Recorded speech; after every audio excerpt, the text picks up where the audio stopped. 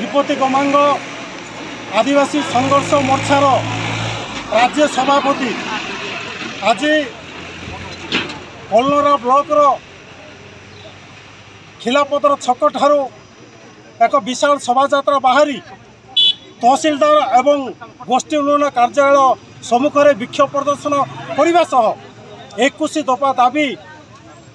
माननीय मुख्यमंत्री को स्मारक पत्र प्रदान कर मूल कथाटा अच्छी आदिवासी अंचल आदिवासी एरिया भितर संविधान पंचम और षष्ठ धारा अनुसार आदिवासी लोकंकर जमी पाइबा कथा किंतु आदिवासी लोक डंगर को अधिकार अच्छी किंतु समतल अंचल रे जो आदिवासी गाँव रे जमी अच्छी अण आदिवासी पाखे से जमीटा अच्छी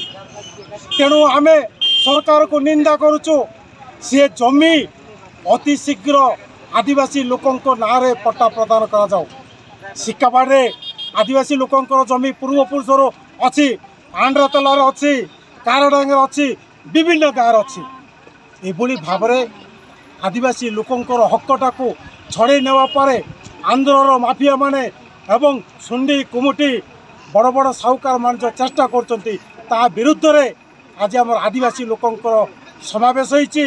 अन्य पक्षरे समग्र अंचल एमजीएनआरजे काम बर्तमान होची लुट होची तेणु आम दाबी करुचु 200 दिन काम दि जाऊ एवं प्रत्येक दिन 600 टंका मजूरी प्रदान करने संगे संगे जंगल जमीर पट्टा एवं घरडीय पट्टा पीवा पानी सुविधा गाँ को रास्ता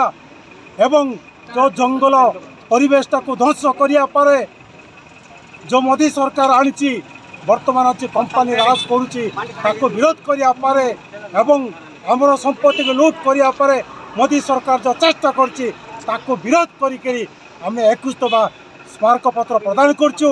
21 दिन भितर यदि समाधान जदि न हम ताले निश्चित भाव में बड़धरण आंदोलन हम से मोहन चरण माझी दायी रही।